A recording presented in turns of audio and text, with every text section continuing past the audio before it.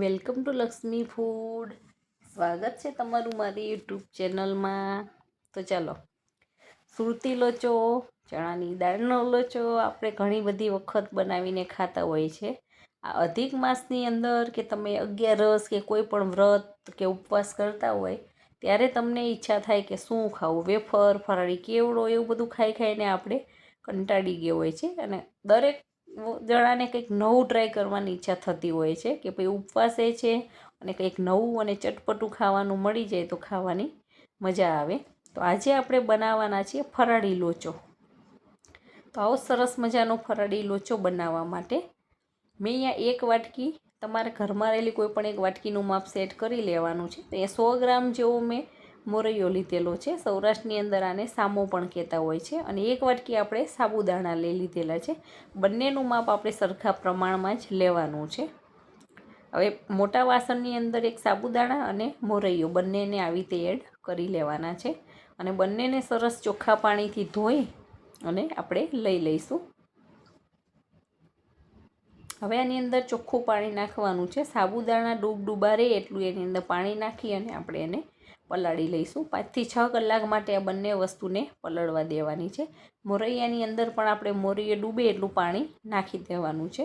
અને બંનેના ઢાંકણ બંધ કરી અને આને આપણે 5 થી 6 કલાક માટે રહેવા દઈશું. 6 કલાક પછી આપણે આને ચેક કરી લેવાનું છે.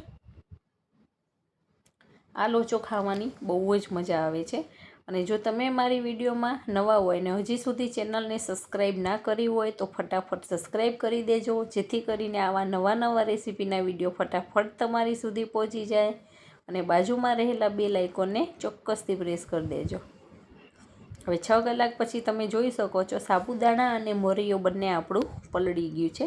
હવે એક મિક્સર જાર લઈ લેવાનું છે અને એની અંદર આ પાણી બધું જ નિતારી અને આપણે મિક્સર જારમાં લઈ લઈશું મોરૈયો અને સાબુદાણા બંને વસ્તુ.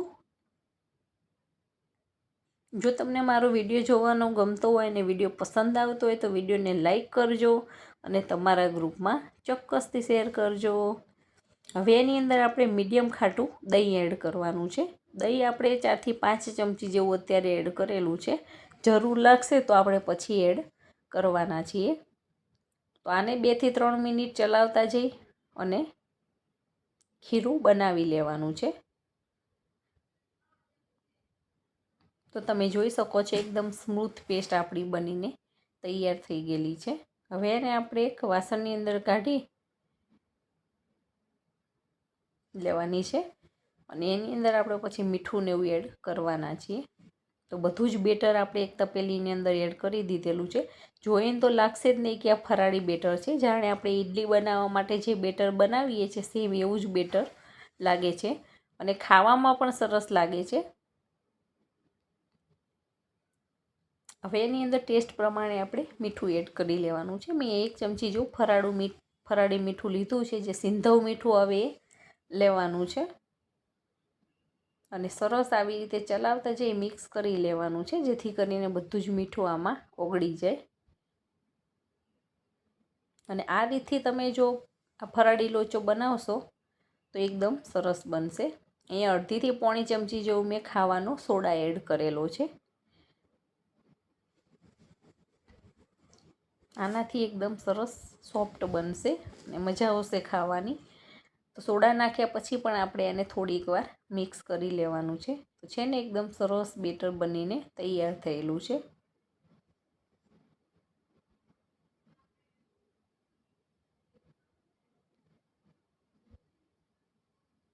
એક જ સાઈડેથી આવી રીતે ચલાવતા જઈએ અને આપણે ખીરું બનાવી લેવાનું છે. હવે આપણે ઢોકળિયામાં પાણી મૂકી અને ગરમ કરવા માટે મૂકી દેવાનું છે. અને એની અંદર રહેલી પ્લેટમાં આપણે આવી રીતે તેલ ગ્રીસ કરી લેવાનું છે, જેથી કરીને નીચે ચોંટી ના જાય અને સરસ ટેસ્ટમાં પણ સારું લાગે અને તેલમાં સરસ પાકી પણ જાય.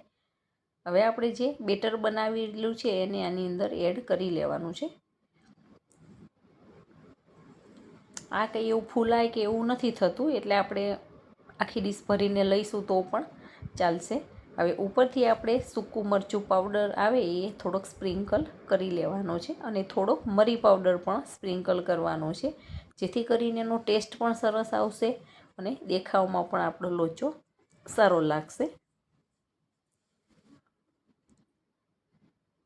અને થોડુંક તીખાસ પડતું હોય તો આપણને સારું લાગે છે. આની અંદર તમારે જીરું એડ કરવું હોય તો એડ કરી શકો છો, પણ મેં અત્યારે આની અંદર જીરાનો ઉપયોગ નથી કરેલો. હવે ઢોકળિયામાં પાણી આપણું સરસ ગરમ થઈ ગયું છે. એની અંદર આપણે ધીમે રહી અને પ્લેટને ગોઠવી દેવાની છે.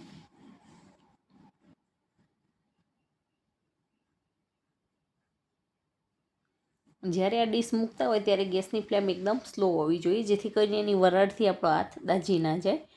અને સ્લો ટુ મીડિયમ ગેસની ફ્લેમ ઉપર આને 15થી 17 મિનિટ સુધી પકાવી લેવાનું છે. આ દરેક નાની નાની વસ્તુને તમે ફોલો કરી અને તમારે તો લોચો બનાવજો, ફરાળી લોચો એકદમ સરસ બનીને તૈયાર થવાનો છે. 17થી 18 મિનિટ પછી મેં આને ચેક કરી લીધેલો છે, તો તમે જોઈ શકો છો એકદમ સરસ આપણો લોચો પાકી ગયેલો છે. હવે એક આવું સ્ટેન્ડ લઈ લેવાનું છે અને એની અંદર આપણે પ્લેટને કાઢી લેવાની છે. તો પ્લેટ આપણી એવી રીતે બહાર આવી ગયેલી છે.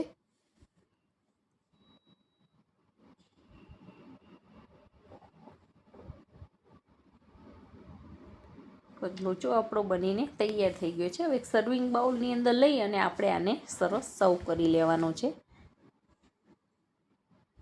તો તમે જોઈ શકો છો એકદમ સરસ સોફ્ટ એવો આપણો લોચો બનીને તૈયાર થઈ ગયો છે. અને બધો જ લોચો આપણો સરસ ચડી પણ ગયો છે, સરસ પાકી ગયો છે.